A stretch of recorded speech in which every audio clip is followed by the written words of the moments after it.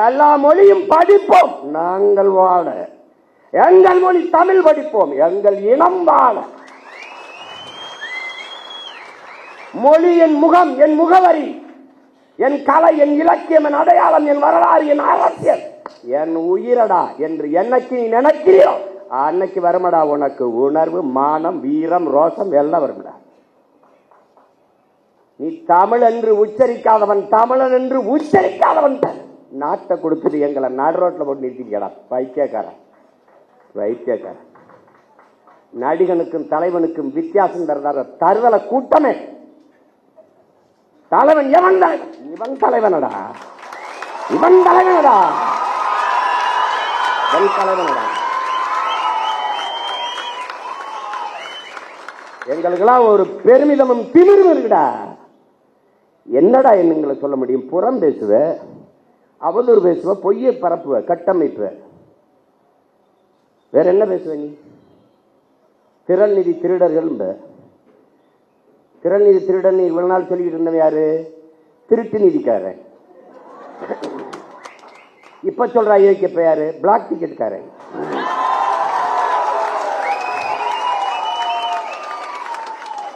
கள்ளச்சந்தையில திரைப்படம் பார்க்கிற அனுமதி சீட்டை வித்த அயோக்கிய பைய எங்களை திறன் நிதி திருடங்க.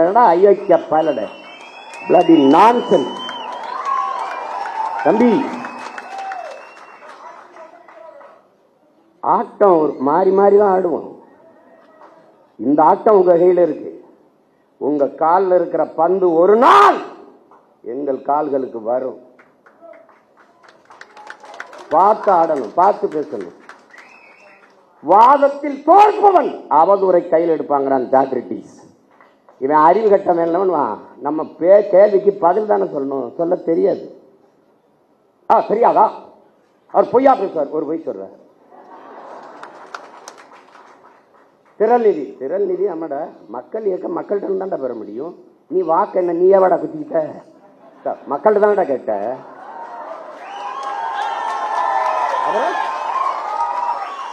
நான் வாக்கையும் கேட்கிறேன், வலிமையும் கேட்கிறேன். இனமாகவும் பணமாகவும் என் மக்கள் தான் எங்களோட நிற்கணும். கட்சி காசுல ஒரு தேநீர் அருந்த மாட்டோம்டா நாங்க. திறன் நிதி காசுல இல்ல கார் வாங்கிட்டா இன்னும் உங்க ஆத்தா பத்தா தாலி எடுத்து விட்டாடா வாங்கணும். என்னடா பென்ஸ் கார் வாங்கிட்டாரு சீமான். பென்ஸ் கார் பிளைட் வாங்கி ஓட்டப்ப பிளைட் சொந்தமா பிளைட். எங்க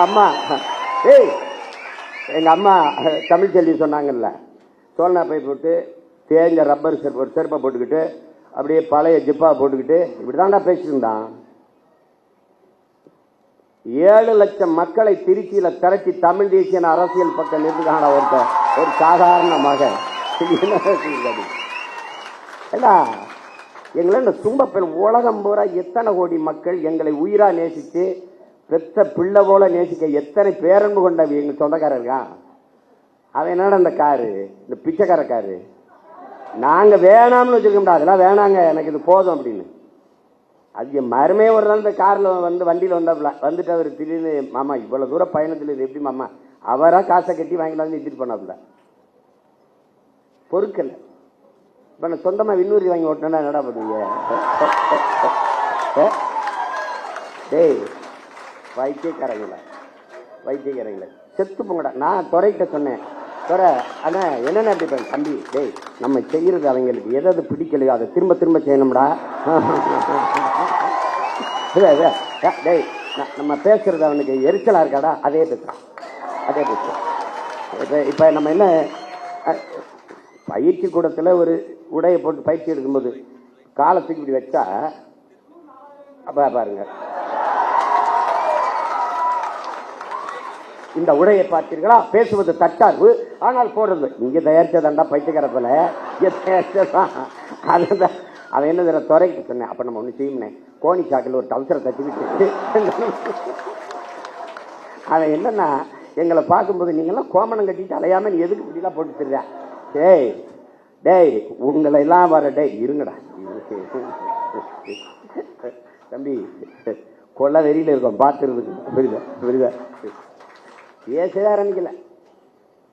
எதிர்க்கிறார் எதிர்க்கலடா, களத்துக்கு என்ன நாங்க வரலடா, வந்தா என்னடா அவங்க சில கேள்விகள் கேட்கிறோம். சில கேள்விகள்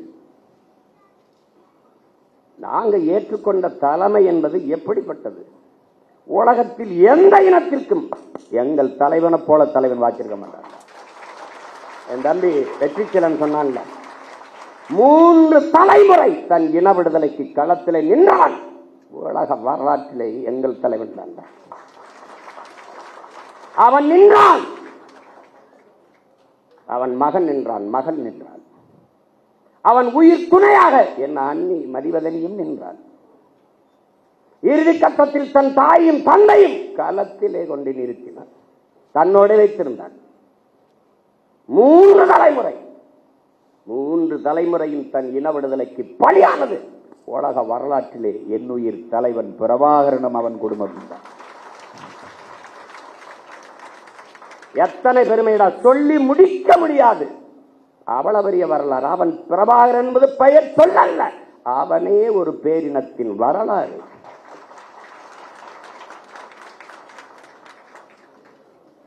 அவன் நாங்கள் ஏற்றுக்கொண்டிருக்கிற தத்துவமாகவே வாழ்ந்தவன், கற்பித்தவன் அல்ல, வாழ்ந்தவன்.